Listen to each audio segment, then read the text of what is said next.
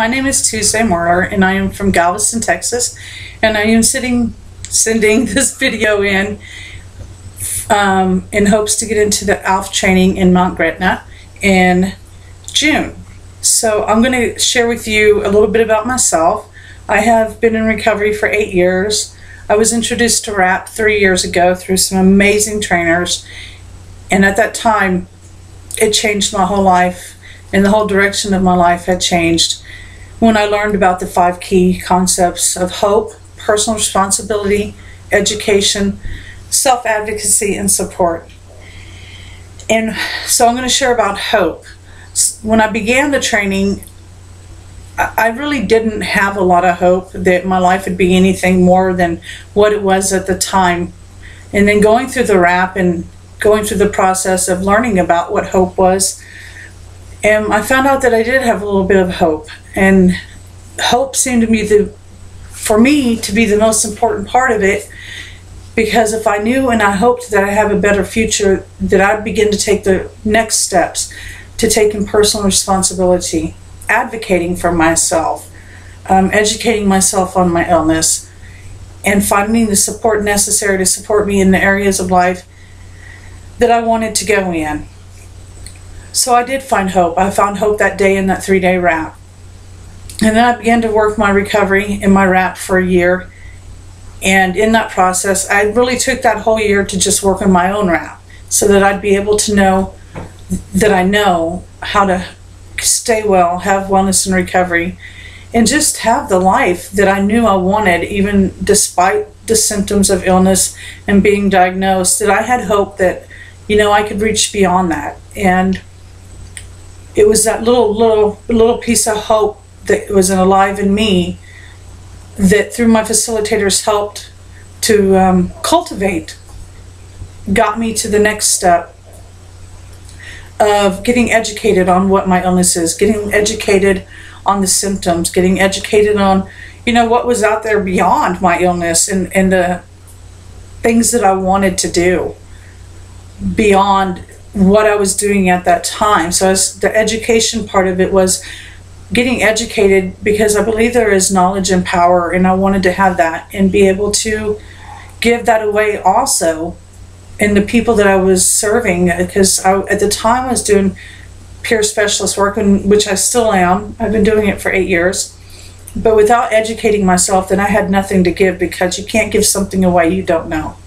So I started educating myself, and it took me to a whole nother level, to the next part of my life. And I started hoping and finding more hope in more things. And then I began to self-advocate for myself as I learned about the things going on with myself, how I could be well, working a daily maintenance plan, maintaining my wellness toolbox, adding to it when I found things that worked for me, taking away when things I didn't need anymore, because I was getting stronger and stronger. And so I learned to self-advocate for the things that I really, really wanted in life. And life just kept getting better and better. And then I began to looking at my support system, because I knew that it wasn't something that I could do alone. And I really didn't know, you know, until RAP, how to find a healthy support system, how to measure it out to say, you know, this is what I need support in right now, and who the best person would be for this support.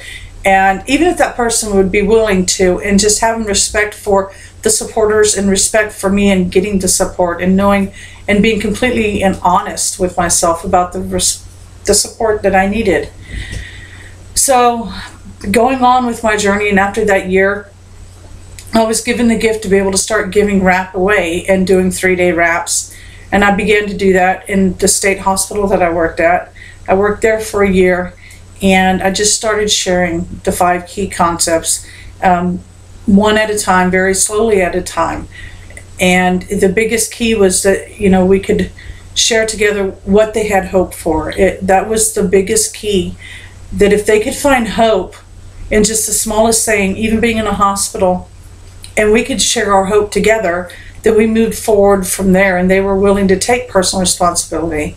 They were willing to educate themselves. They learned about self-advocacy as I shared my own self-advocacy stories. And then they learned about support. And when they were leaving the hospital, it was just a great inspiration to me to see that in the short period of time I had to work with them, their lives were changed in that short period of time. And also, after that, I began to work for East Texas Behavioral Health Network, in which I'm a peer support coordinator, and I have been traveling around for the last year doing RAPs. I've done one at another state hospital. I work with the forensics people and learned how to be able to adapt RAP into a situation where I had 3 months to work with somebody.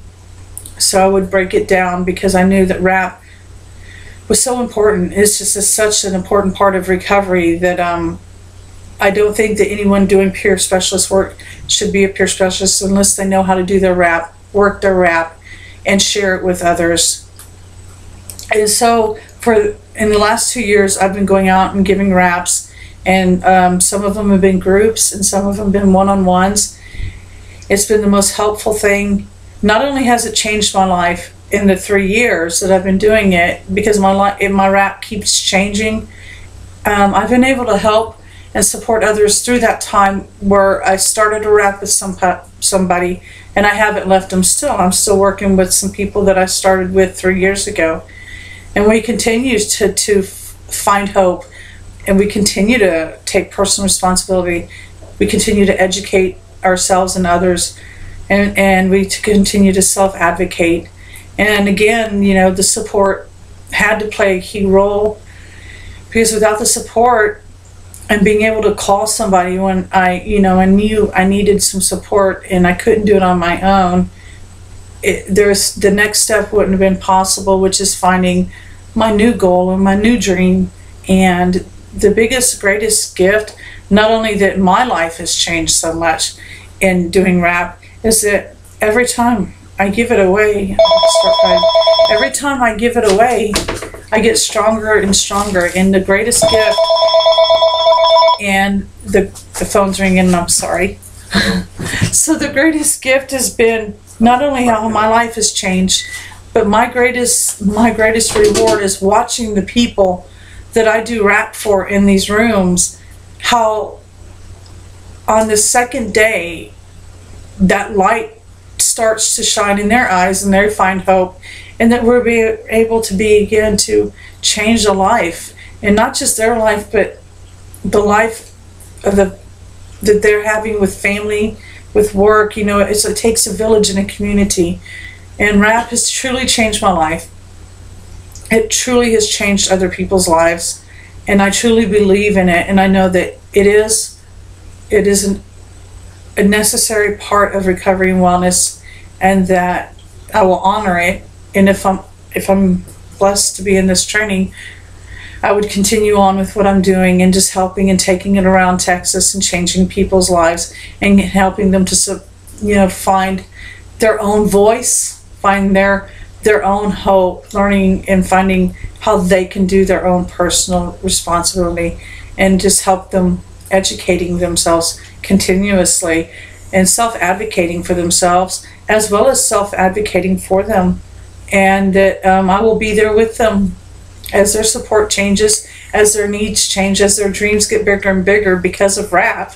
Because I have found that it takes every step. It may take a couple months, but it gets better and better.